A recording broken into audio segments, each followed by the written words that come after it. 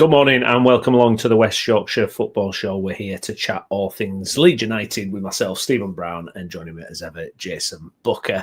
If you're watching along, get your comments in, like the video and subscribe to the channel. Please do the same again later as well. Jay, here we are, another week on. And I kind of just wanted to, apologies for maybe a tiny little rant to kind of get the show going, but it's more a kind of a gauge on where I am at the moment. And I felt for the first time this weekend, and we've spoken about it before, where it's really important to try and enjoy this season as much as possible. And I agree with that. I think there's no point kind of, wanting in it, hoping it, and putting so much energy into, wanting us to go up and for it to just be a complete, misery fest. But I have to say this weekend, I felt personal life, loving life, work life, great. My football life at the minute, Jay, is hurting, I've got to say. And I found myself didn't watch any of the highlights from the weekend of the other games. Champions League last night, I was like, you know what? No, F football, not bothered. And the word that I'd use a little bit is hopelessness. There's a kind of real lack of hope I'm feeling around Leeds United at the minute, Jay. And I think it's because so many aspects, and that was kind of what the energy was like walking out of Ellen Road on Sunday. It was like a real kind of slump of the shoulders feeling of, we've done well today. We've played well. We've competed, and yet we're still walking away in defeat. And you've got a guy running up to Farke on the pitch trying to tell him to make changes, and we don't feel very unified as a fan base at the moment. And Daniel Farke's talking about mental health of players. It feels very kind of difficult at the minute. And I've got to say, my kind of footballing kind of light at the moment is a bit dim. But I mean, yourself, Jay, where are you at the moment? I think you sum it up quite nicely, to be fair. And, the word could probably be a little bit of apathy. Yeah. It's funny, I've been thinking a little bit this week. I wonder if fans, now that they've experienced 2 doses of the Premier League, whether it's what they were expecting it to be. I do truly believe the fan base as a majority remember the Premier League as being 2003. I think they've experienced the Premier League from the outside, given the fact that we've been a Championship and League One club for the majority of the past 20 years. And they've been craving that Premier League position and not really realised what it's turned into. When you watch the Premier League as a neutral, you just enjoy the football. It's different when you're then in it. And the Premier League, as we remember it in 2003, is a completely different product to what it is now in 2025. And the landscape of it is completely different. You lose so many games. You don't see the bottom 3 teams beating teams at the top of the division very often, if at all. It just doesn't happen. Whereas, once upon a time, the relegated sides were very, very competitive against the top sides. The gap was much smaller, so we go into this game at the weekend with pretty much no expectation that we can win that game, right? Like regardless of the manager situation, the player-to-player basis is such a vast chasm between the two that we know we're probably going to get humped. Not only just not win the game, we're just going to get humped. So you kind of, you can't even look forward to your team playing at the weekend because you know what's coming. And to be fair, this is the landscape of football. Last season, the teams at the bottom of the division would have been saying the same about us. Yeah. They would. Cardiff rocked up to Ellen Road and got battered 7-0. How often do you see that? Stoke at the end of the season, we're beaten 5-0, but it could have been 10. Stoke didn't even go down. No. That's the quality difference between the mid-table last season and the team that won the division. So, look, it's the landscape of football, but it is even more magnified in the Premier League. And then we don't help ourselves. I'm going to keep on talking about this. I know a lot of fans don't like to hear it, and I just keep on saying it because I really believe it's a thing.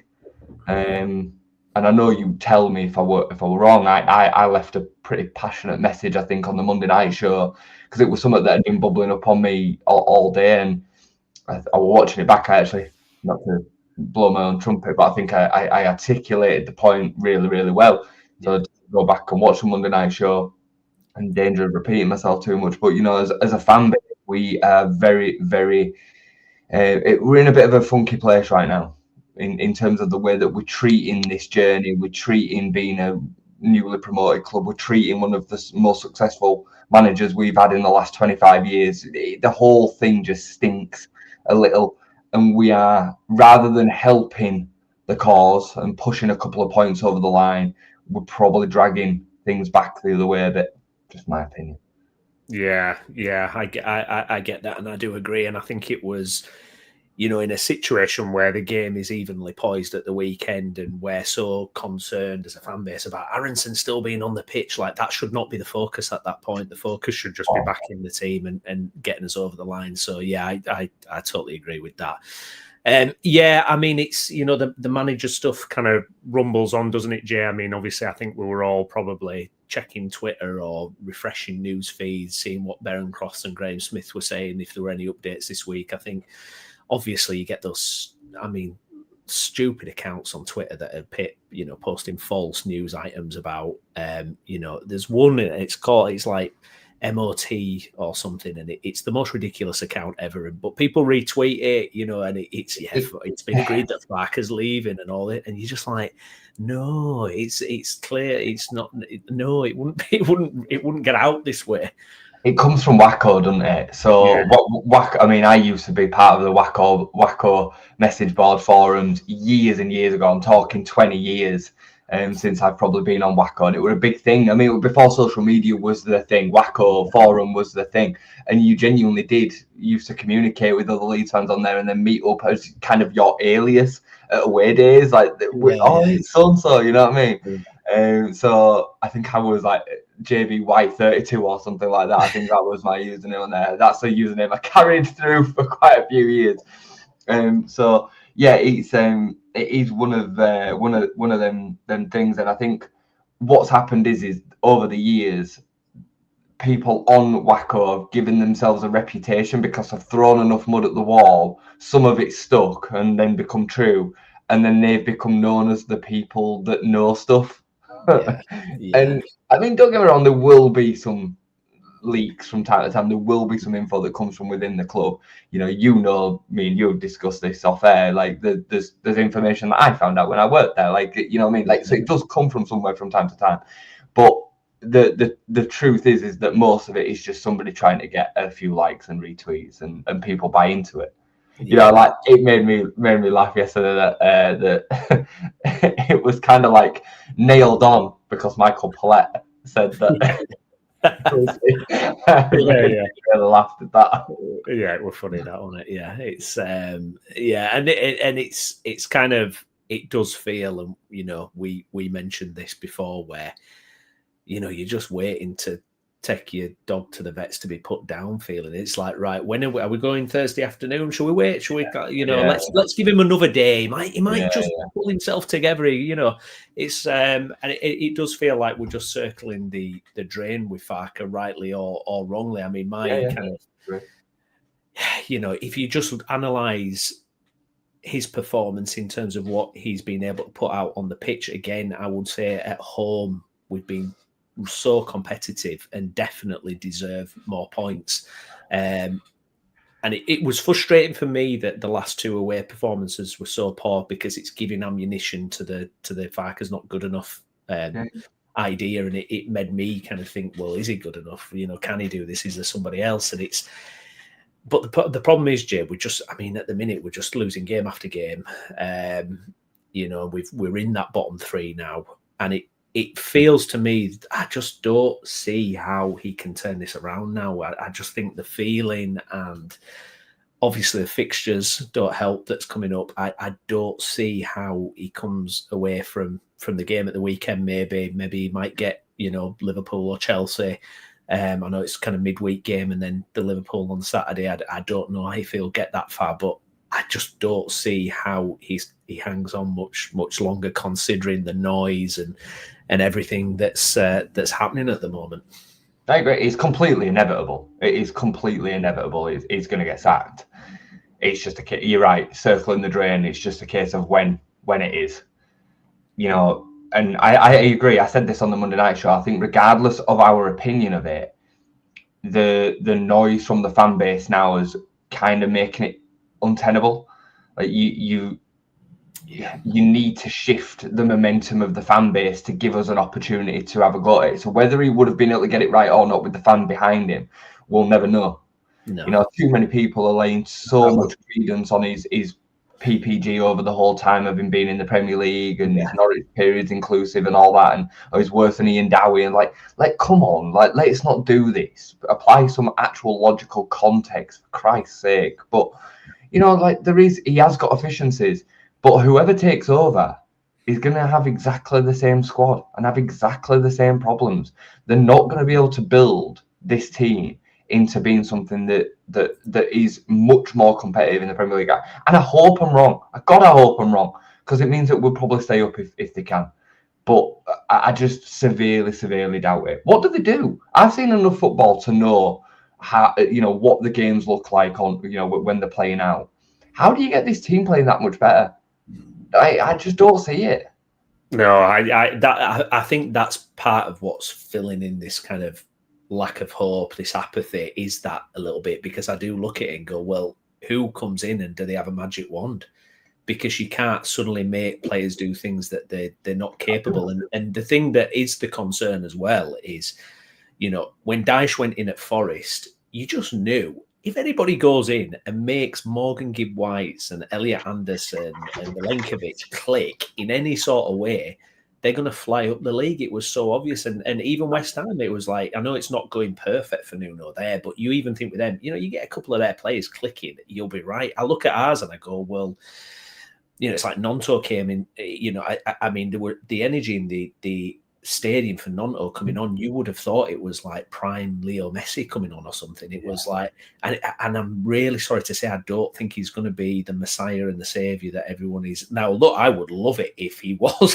I want a hero to emerge. I want someone to do something that surprises you. But I can't help agree with you, Jay, and think that I don't know what you can do to these players to make them better or good enough to do it. Now, obviously, one aspect that I've talked a lot about is I think we've just there's been a real lack of kind of lucky moments and things going our way. I think we've just had a dearth of that. I mean, again, Villa don't tear us apart the weekend. They're not creating chance after chance after chance, but they get the goals to win the game. And I just feel like it's almost like if we could change the direction a little bit on that and get, I mean, it's amazing. Like, how many teams do you watch that you think, God, they got away with that today and they managed to get a win or a point? And it just never happens to us, Jay, ever. Yeah. And I just wonder, is there, I don't know, someone out there that can maybe turn that tide? But again, I mean, you're talking about intangibles. You're talking about things you can't control. I mean, what you can control is how you set your team up. And I agree. I don't know what else you can do. Now, maybe the other aspect to this is a January transfer window's coming around the corner. There's going to be a change to the financial rules, and I do want to bring that up because there's a really interesting point I want to talk about on that. So maybe there's scope for investment that can maybe flush the squad with a bit more quality in the areas we desperately need. But yeah, I'm really scratching my head, Jay, because I don't know who comes in and waves a magic wand on this one. Well, you're right. I mean, you made the point about West Ham away at Bournemouth the other day. They found themselves 2-0 up and we're just getting back. We'd have lost that game. We would. Yet they get it over the line. And I mean, again, I've made the point about the keeper. Areola was unbelievable. Our keeper wouldn't have saved us like that. And that's again a quality difference. But you look through West Ham's team, Somerville, Paqueta, amongst several others, they've got talent in that team that can change games. Yeah. Against Bournemouth, Callum Wilson comes up with 2 goals, and the second, especially, is a real bit of quality. Yeah. Real bit of quality, and we know he's got injury problems, but we don't have that moment. No. We don't have a player that hooks the ball over his shoulder on his weak foot into the top corner like that. We just don't. I mean, Metchers the other week, I suppose, against Forest was a corking finish, but as a rule, we don't have that. Then you're looking at the players that you're looking to make the difference and change games. Dan James had a couple of nice moments when he came on. I thought he still looked a little bit fresher and more like his old self. But he also cuts inside from 30 yards out and balloons a left foot chance right over the bar for no good reason. And everybody's just kind of goes, oh. Whereas if that were Brendan Aronson, they'd have gone ballistic. You know, arguably in that second half, our best chances again were created through Brendan Aronson. Did he release the ball quickly enough? No, he didn't. He should have released it into Metch and we probably score. But the point I still, from a creative aspect, he's actually doing way more than some players that get such a free pass. Nonto came on and did nothing. Like, people talk about Willie Nonto, like he says, is this saviour based on 4 or 5 games 3 years ago in the Premier League when he was just an okay looking player in comparison to all of the dross that we had in the back end of that season. He's got to go away at Old Trafford and people have just immortalised him in the brain as being this like wonder kid. I like him, but he's just not it. He's not developed, has he, Jay? I mean, let's be honest. He's had 2 years in the Championship where if you'd have thought watching Willie Nonto when he first arrived at the club and he had that amazing impact for that run of games you mentioned, you would have thought, man, this guy is going to get 30 goals in the Championship, but he's going to absolutely tear it up. And the facts of the matter is, last season he was mainly a substitute. Browney, he's a top end Championship player. Yeah. Like, again, people won't want to accept that. You've got Fatawu for Leicester in the Championship. I mean, he's better than Willie Nonto. He's more. He's got injury issues, but he's a better player than Willie Nonto. And Willie Nonto's, expected to do bags for us in the Premier League. It's just the truth. And I've mentioned last week about the regression of Jack Harrison. I watching the highlights of the relegation season. What he was capable of then and what he's capable of now is just chalk and cheese. I can't believe, considering the fact of his age still, it's not like he's become 33. He's still, he should be in his prime. He just looks a mile away. And then, you have got your X Factor in Noah Okafor, who basically might as well have sat on the bench at the weekend. And I stated that in a performance which was good. Well, there were a brilliant tweet that someone did, and it ruffled feathers because he said he compared Okafor and Aronson's, and the reply, no, people just can't understand it at all. It's like Okafor was absolutely garbage, and I like Okafor. I do think he's the bright spark, but he was telling me, and he's done this a lot. He has the general consensus from the fan base in that response, Brownie, was that, well, it's okay for Okafor because we know he can beat Matty Cash, but he didn't beat Matty Cash, not once. He gave the ball away every single time. He gave the ball away more than Brendan, and he did far less defensive work than Brendan. The goal came because of Okafor and Goodmanson down the left-hand side, but it just gets skirted over. It's funny with this kind of like notion that I've seen Daniel Farke be branded as a racist this week, which is just a mind blower. But there's kind of an unconscious bias the other way with certain players. You stick braids on Noah Okafor and you just think that he's now this cool, tricky, tactical player. Same as Ramazani. Yeah. Ramazani's actual output was so minimal, but because of the way that he carried himself on the pitch, fans love him for no reason. Yeah, even though Solomon was the one who was actually performing week in and week out. Yeah. It is bizarre. And, you look at, did Farke have any issue playing Rutter and Somerville over and over again? And, there were probably times that first season where you thought, probably rest them, like they're probably looking a bit leggy. But he knew they had the intensity, the consistency and the quality to deliver. Willie played at the start of this season. Was he pulling up trees at the start of this season, Willie Nonto? I don't think he was he?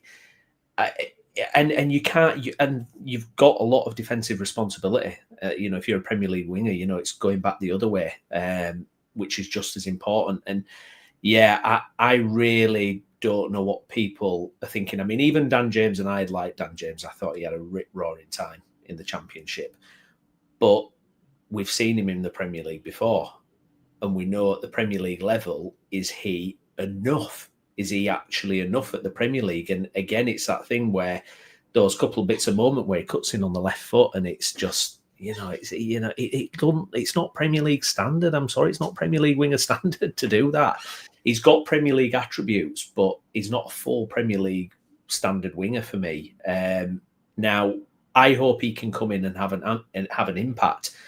But in the same breath, I think Aronson's been decent. And look, we know the deficiencies in Aronson's games, but it's become such a lightning rod, and I think it's just taken over fans' brains. I really do. I mean, we talk about the defensive side of the game. I mean, that is watertight with Bogle and Aronson down that side. You risk losing something that way. And look, I know the important thing is putting the ball in the back of the net, but there has to be that balance as well. But I just think we've lost our minds a little bit on Aronson. I think it's just like it'll be hilarious if we do get a new manager and like Aronson starts. He starts. What do people say then? Yeah. What are fans going to do then? Like, how do they? At the end of the day, he's one of our best 15 players. Yeah. Like, what else do you say? Like, exactly. It's not his fault that he's the quality that we've got. No. So. And yeah, I think ultimately he got in the team on merit this season. He will now lose his position probably again on some sort of merit, because I recognise the attributes that Dan James can bring that he won't. But I don't expect us to see this eureka difference down that right-hand side now as a consequence, because in the Premier League, it's a different kettle of fish. The creativity that Brendan's actually brought over the last few games has been higher than what Dan James would have brought. Yeah. Now, there might have been a couple of key moments that would have played out differently as a result of Dan James being in the side over Brendan Aronson. I can't argue that.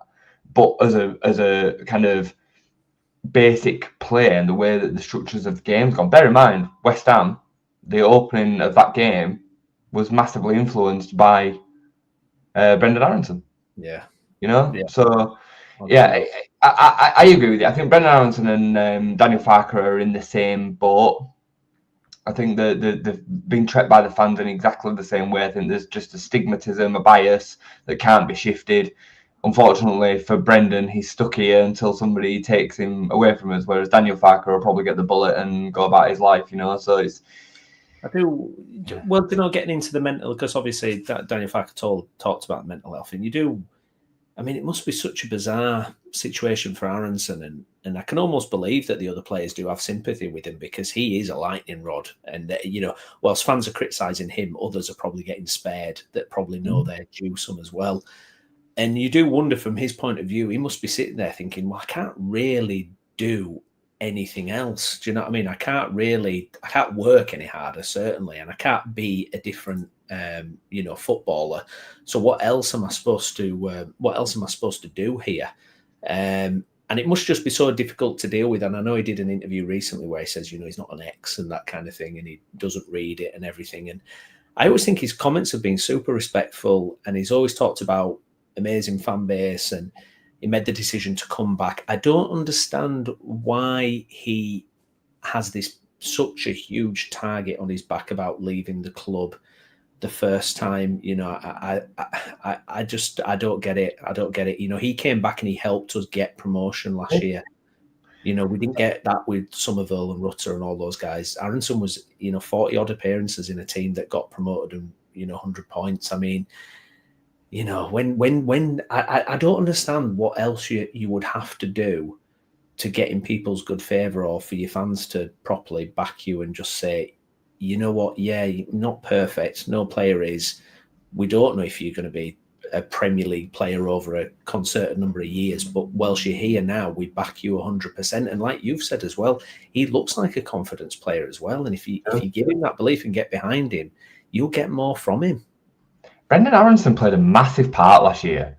People can't accept it, but he did. He scored 9 goals last season. He scored the equaliser. Yeah, he should have scored the winner on the opening day, but he scored the equaliser to mean that we didn't get off to a losing start on the opening day of the season.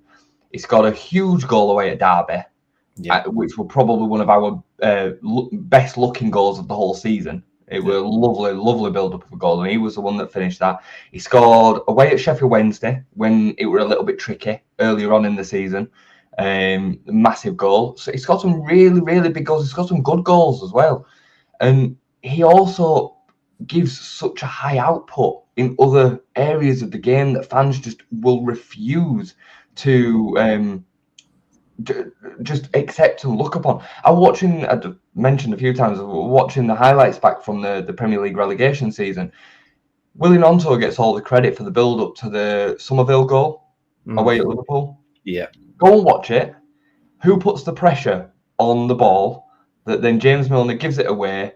Tyler Adams recycles it to Willie Gnonto. It's Brendan Aronson.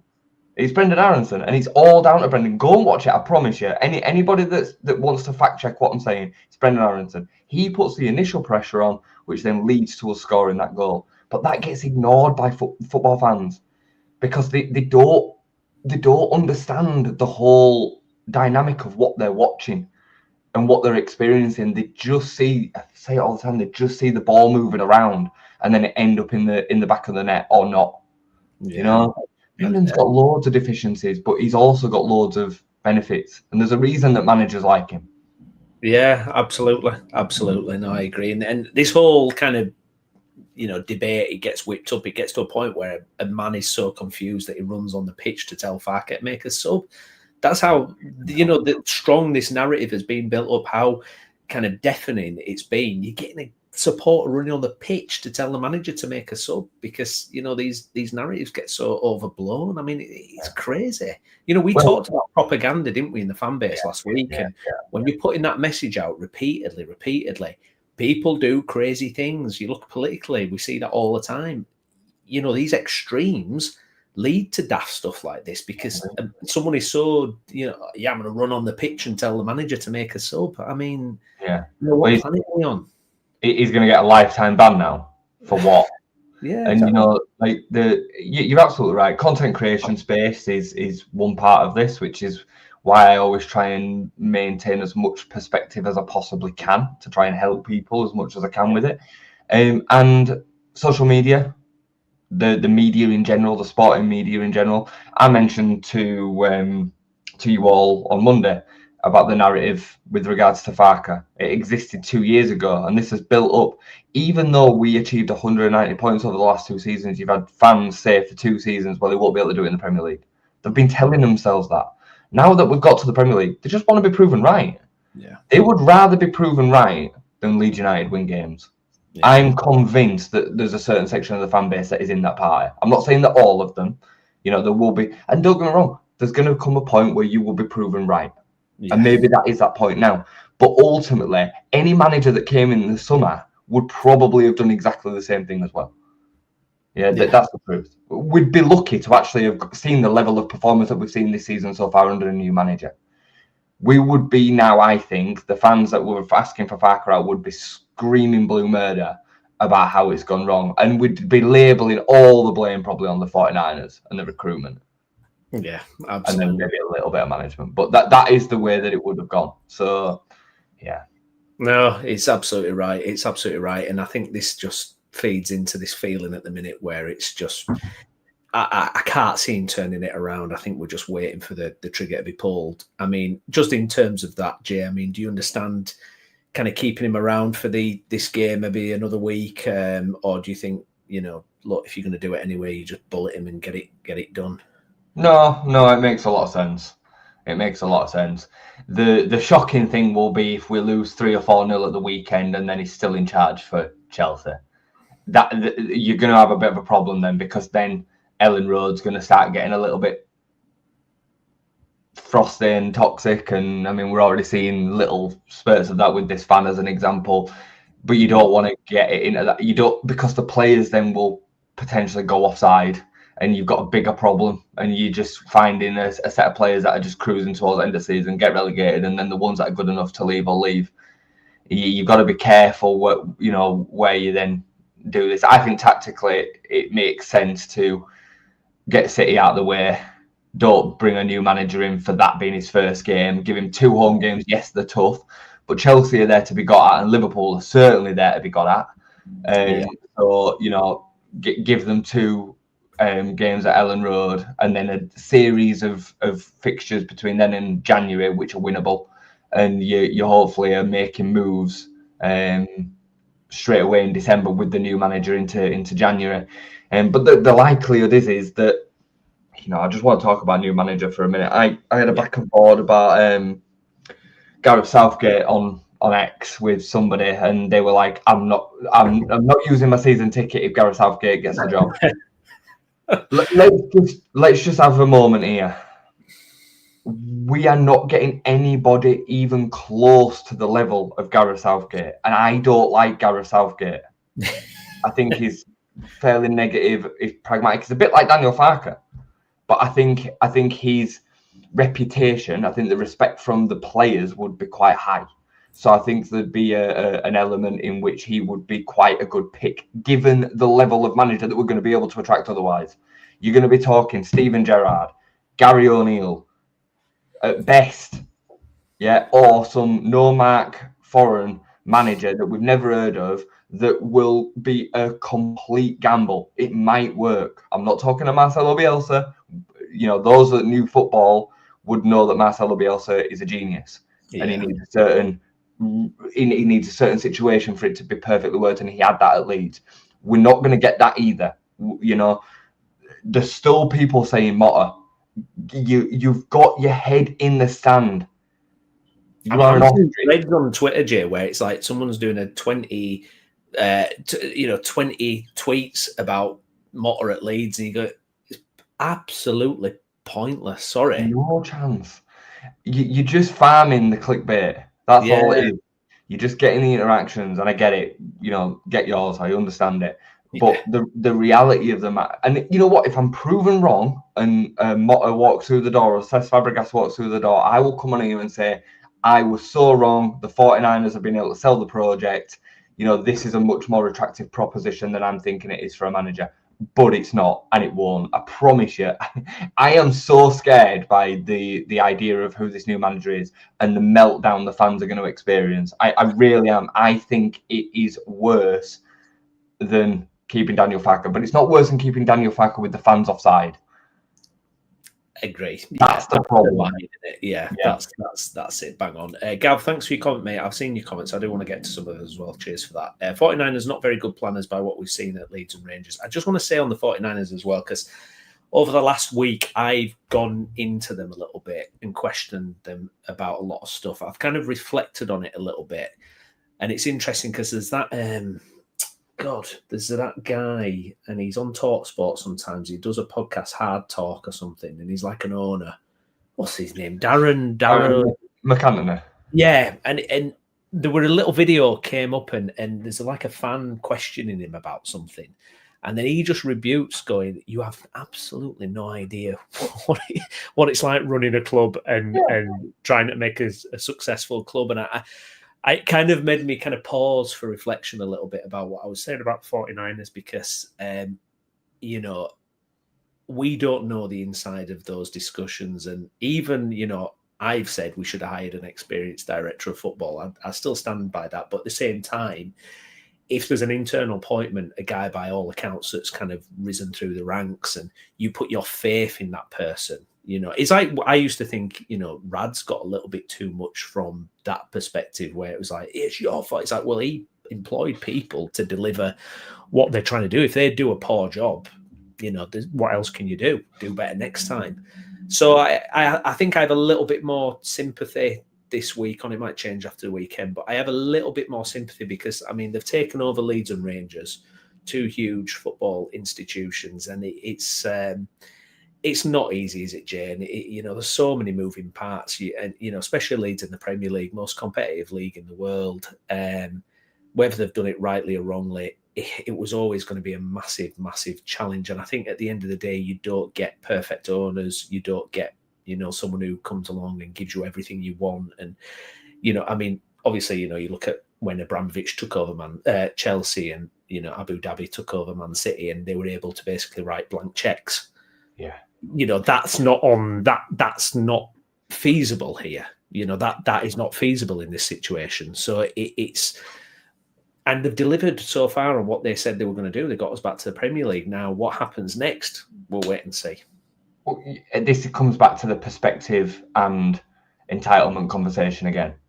Because there is a world in which, if you hold on to real perspective, that the 49ers have done a perfect job so far. Yeah. You know, they rebuilt the championship squad, dealt with all of the legacy issues that the previous ownership created while learning on the job. They then rebuilt the squad again perfectly in the second season. Let's be fair, you know, all of the signings that were made season 2 were perfect. Outanaka, £3 million, brilliant in the championship. Yeah. You know, among several others, Manor Solomon, you know, the commitment that they made to paying Manor Solomon 50 grand a week and getting him in, and the work that they did behind the scenes on the physio department. You know, we all knew the legacy issues of Rob Price, and you know, Rob Price has got a good reputation within the game, but we've seen a distinct difference from what's happened since he left, and you know, that's a club that did that. The other recruitment that was within that team, Jaden Bogle, great signing, £5 million from near neighbours. You know, Joe Rodon. You know, and it carries through. You know, so we are gonna say it, a championship club on the field. We have been a championship club on the field for over 20 years. So the reality is right now we're in a transitional phase where the 49ers are having to navigate trying to finish 17th. This is why I will not subscribe to the mentality conversation that some people want to label me with. This is want to say that I'm weak. I have weak mentality, a loser's mentality.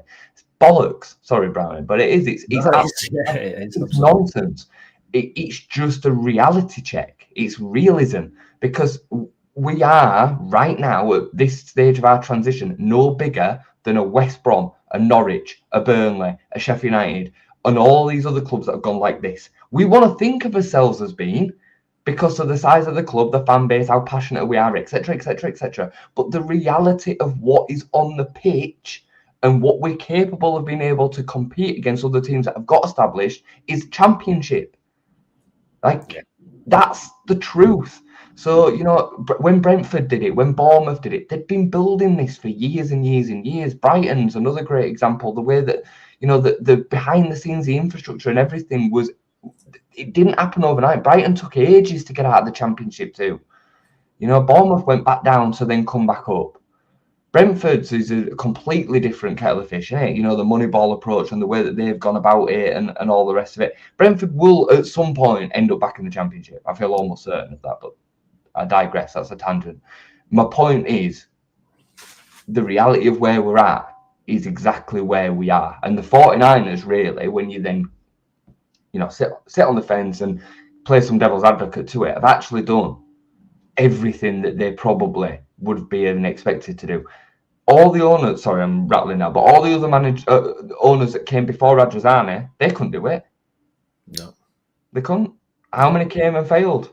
You know, want to do it, I think, as well. You look at someone like Bates and all that; they were happy just floating as well, Jay. So we've been there. I mean, I chat to my dad, and he says, you know, you can go back to the Revy era where the owners were, you know, weren't doing things right then, you know. So this isn't just a new modern day phenomena, you know. Leeds and owners, it's a tale of time, isn't it? You know, we've always had difficulty. It does feel like they have delivered so far. That's inarguable, and we'll see if that can continue, you know, going forward. Now, one thing I do want to kind of get into, I'm just going to read a little bit out from my other screen here, and that's because PSR is getting removed. So I'm just going to want to read kind of a brief kind of explanation of what's happening and discuss how it can impact Leeds, because what's coming in is squad cost ratio. So Premier League clubs have agreed to new financial rules starting next season that stop them from using tricks like selling assets such as hotels or women's teams to themselves to get around spending limits. The new system replaces PSR with SCR, which limits spending on wages, transfers and agents' fees to 85% of the club revenue or 70% for clubs in Europe.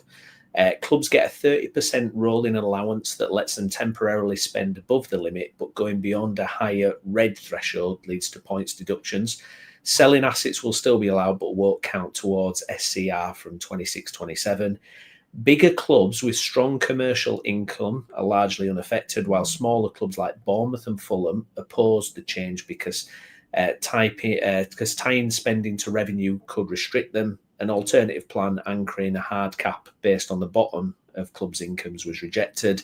Sustainability rules requiring long-term financial planning were approved easily. So, interestingly enough, and this confused me. And there was I was going to put it in the group, actually, I forgot to do it. But TalkSport had that guy on Seb who does all the financial breakdowns, and he was looking at this, and I think there were 7 clubs that voted against bringing this in. Now, one of them were Leeds, and Jim White asked him, "Why have Leeds done this? Because your other teams that have voted against it, Palace and Bournemouth, and they're your traditional tiny clubs with no commercial impact always. Leeds, there's a big potential there."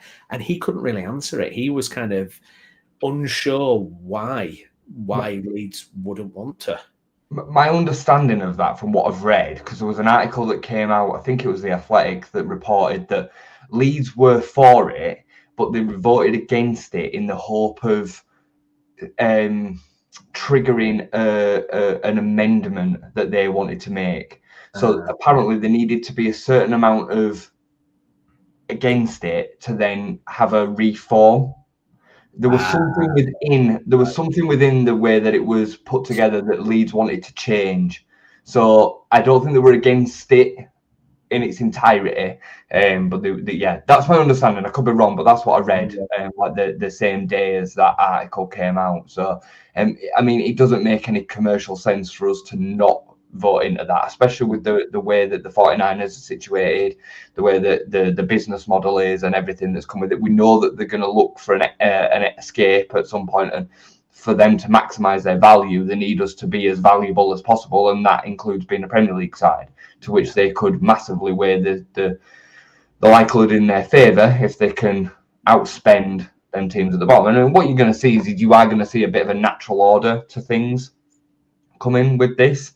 You know, the likes of Bournemouth playing in front of 11,000 won't be able to spend 30-40 million quid. And it's a bit rough, if I'm honest, because you should be able to compete and get there on merits on the pitch. But that, but I mean,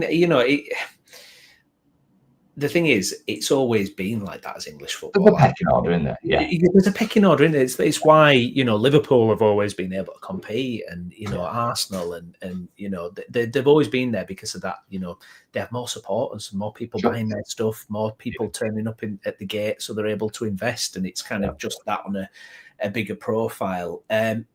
With this, I mean, what I would say is I think this helps Leeds in terms of if we do get relegated, our chances of going back up and being able to go again, because that commercial, I mean, Jesus, Leeds, I mean, even in the Championship, I think we were doing 50 million. There were one year where it came and we broke the 50 million revenue threshold in the Championship. You're like, what is going on? Like, and that's going to help us massively. And that's one of the reasons the 49ers came in, wasn't it? Because they saw the potential commercially, or that is one way how Leeds can ultimately break into those European clubs, was because of that commercial impact, the fact that they could break those rules, not break the rules, but they could use those rules. It would help them, and the question is just the path to doing that. But do you think with this new rule, Jed, do you think 49ers might be looking at January a little bit different and thinking, you know what, we might just be able to push it a little bit here. We know the rules are changing. There's going to be an allowance. You're probably going to be looked on more sympathetically if you do push things a little bit more than, if the old rules were still staying there. Do you think they might just think, you know what, let's push the boat out a little bit here and let's see what we can do? Because everything was about PSR, wasn't it, Jay? Everything we heard from the club in the summer is we will take PSR to the max. Well, that's going. So could this help us? Very possibly. I mean, they're going to be looking at it in January and be thinking, like, we really can't have another season with the revenues of the Championship. Like, we really don't want that. And I mean, the strategy and the change direction towards the stadium and everything would change. The assets that they would lose, it would be a bit of a catastrophe for the 49ers, really, for us to go down this season. Obviously, they'll deal with it if we do, but it could depend on how the land lies come January the 1st. Have they got a manager in place that they trust, or is it a short-term project to get us to the end of the season? How far cut adrift are we? Are we cut adrift? If we're within maybe a couple of wins, I'm expecting us to be probably 3 points adrift. that's kind of where I've looked at it. I think we might pick up a couple of wins towards the back end of the year, depending on how the land lies with the manager and stuff. But I expect us to be a little bit adrift. Do they think, what, we can go and attack this? Then what do they do with signing players? If you sign a player in January and then get relegated in the May, June, we've seen what's happened with this before. So then you're kind of left in the market of potentially expensive loans for players that are not really bought into the project, in the hope that one of them might pull something together. You know what I mean? Like a Jadon Sancho last season, as an example. We've gone to Villa this year, but you know what I mean? Like somebody like that might be able to make a significant difference that's not playing at a more successful club at the minute. So real tricky one for them to navigate. And I dare say it's changing day by day. Yeah, that's the thing, isn't it? I mean, you can only plan so much, really, can't you? Because it's ever evolving, and what happens on the pitch dictates everything. Like you say, we don't know who the manager's going to be. Who knows? This time in a few days, it could be somebody else. So it's perilous, and I just hope that they're planning for it, and if there is an opportunity, they can try and take it. I think the loan market is a good point. I think that could be very interesting. Look for because do you push that boat and go, he's not playing much, but he's got that high ceiling. Let's do it. We won't commit to a full fee. I think. I mean, obviously, it's probably not worked quite for Villa this year, particularly with Sancho. But when they got Rashford in and the other guy, Daniel, didn't they? And it just kind of inspired them to a little bit else. Can Leeds do something like that? We'll wait and see. Moving on then, Jay, the weekend's game, we have to talk about it. And, this is probably behind Arsenal away in terms of a fixture I would least like us to be facing at the moment. And the feeling, I mean, if we rewind 3-4 years, whatever it was, where we got that miraculous 2-1, 10-man victory against Man City at the Etihad. We were in a completely different boat then. I know it was a COVID season, but also just in terms of the feeling was completely different. It was Marcelo. It was, these band of brothers that were kind of, fighting against the odds. And we had some incredible results that season. We were unified as a fan base, as a team. We believed them, and we went and achieved an unbelievable result. Football is daft. Weird things can happen, Jay. Is there any chance that we could actually surprise a few people, maybe even ourselves?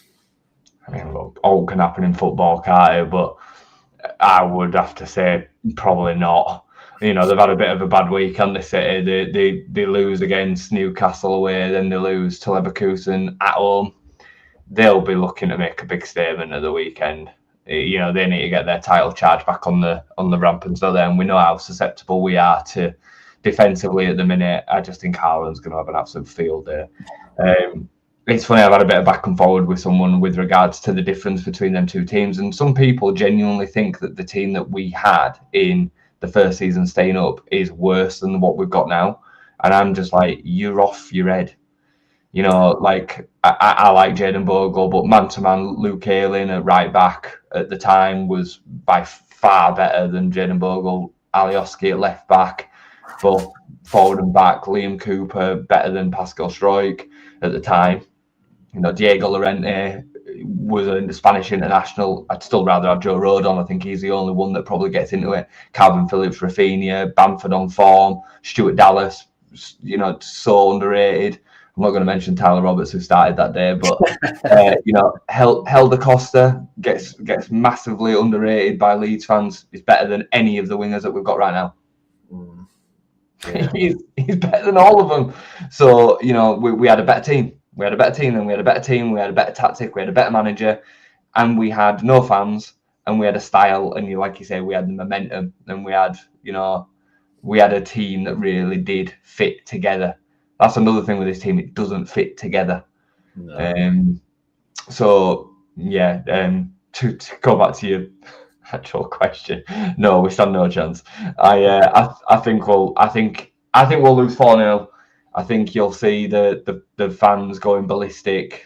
There'll be Farke and the players over at the corner, stood there taking the shellacking, and then we'll see the corner flag. Maybe not that night, but the following day. That's just my prediction. I could be totally wrong, but I can't see how he survives a shellacking with the way that the noise is at the minute.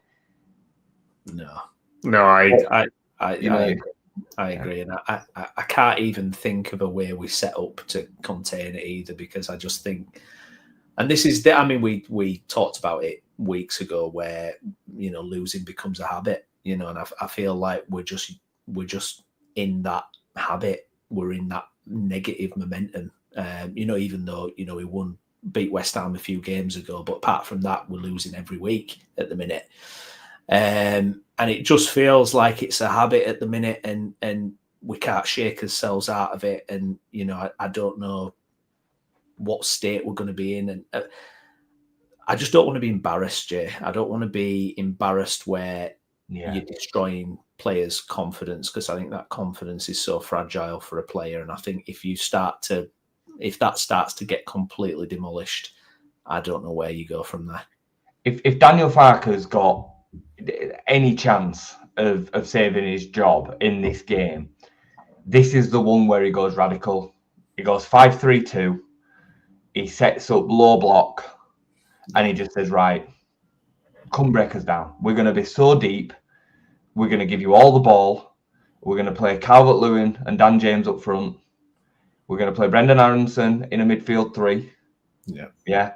Ampadu and whoever defensive, Tanaka or whoever, it doesn't really matter. But you just set up the bodies, and you get the ball and you whack it long to Calvert-Lewin and try and flick it on to Dan James on the counter. That's literally it. That is the only game plan, because I think that some fans would actually be able to be like, you know what, he's tried something different here to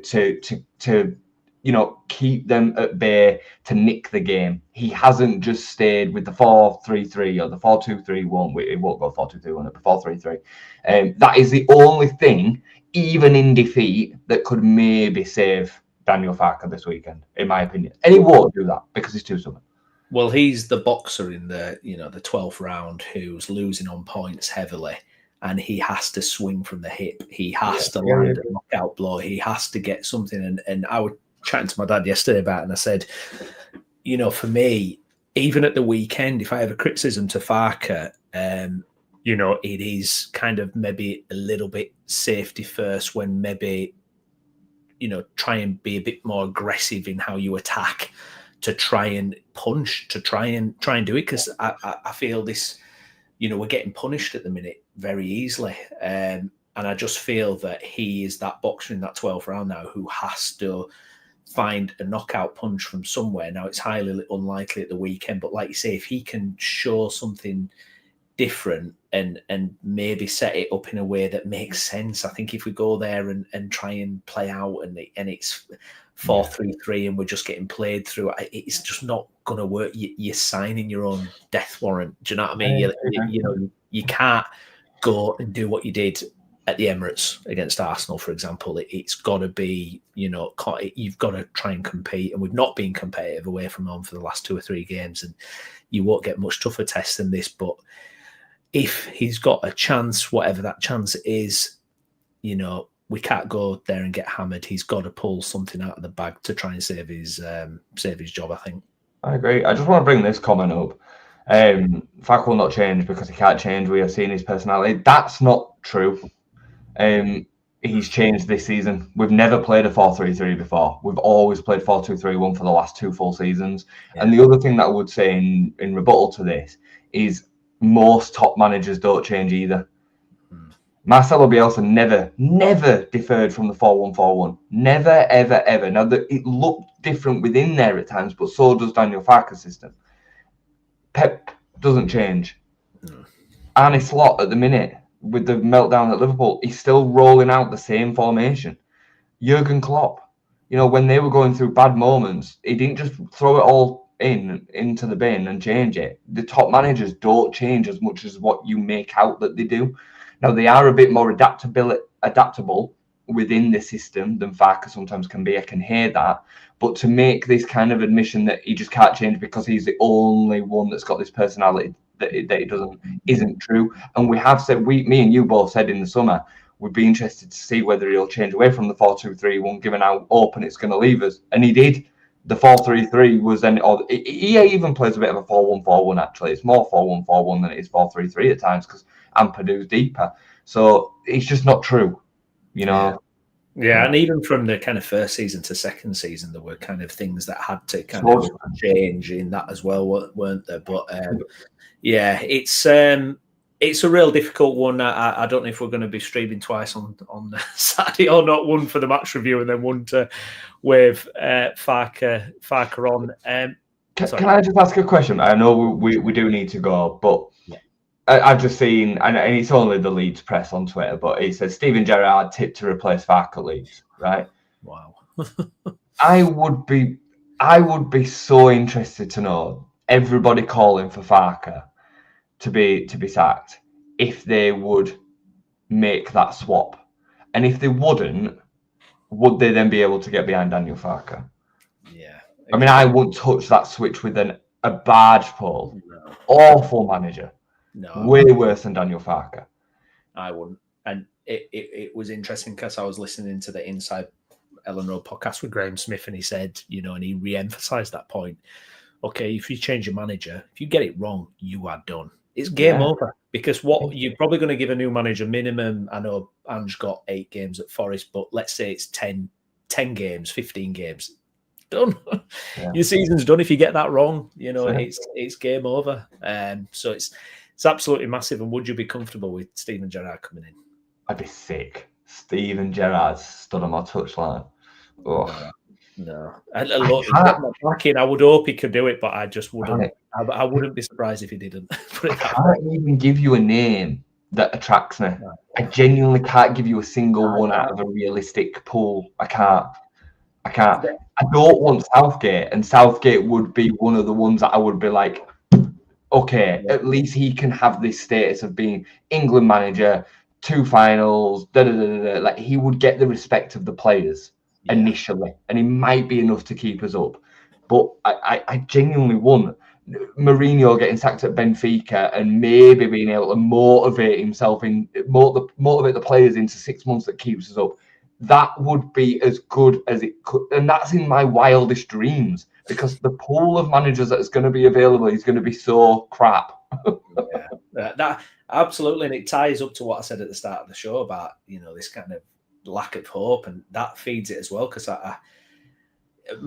for me, if we go down and get a new manager, I think you have to pay an absolute fortune and try and get the best candidate you can. I mean, do you look at someone like Roberto Mancini, for example, you go, right, here's a shitload of money, ton of cash, take the job for 6 months till the end of the season, see how you get on, and he might have the personality and just how he is that can get something out of this team. But I'm really struggling with the candidates that I mentioned. I don't know enough about some of them, I admit, like Bo Svensson and whatnot. But yeah, I don't know. It's it'll be interesting to see either way what happens. But yeah. Oh yes, it will. Good stuff. All right, well, we'll leave it there. Thank you to everyone who joined us and commented. Apologies for not showing more of your comments. We've just too busy gassing, weren't we? But we really do appreciate it. We'll look through them all, and if you're watching this again later, please do get your comments in as well. Hope you enjoyed the show. Myself and Jay, we will be back at some point to review the Manchester City game. That's what you have to do when you're doing a YouTube channel. You have to do these things regardless of the result. But you never know, Leeds fans. We could be surprised. We'll wait and see. But thank you very much for watching. I've been Stephen Brown, with me as ever, Jason Booker. And we'll see you again at the weekend. Thanks for watching. Bye-bye.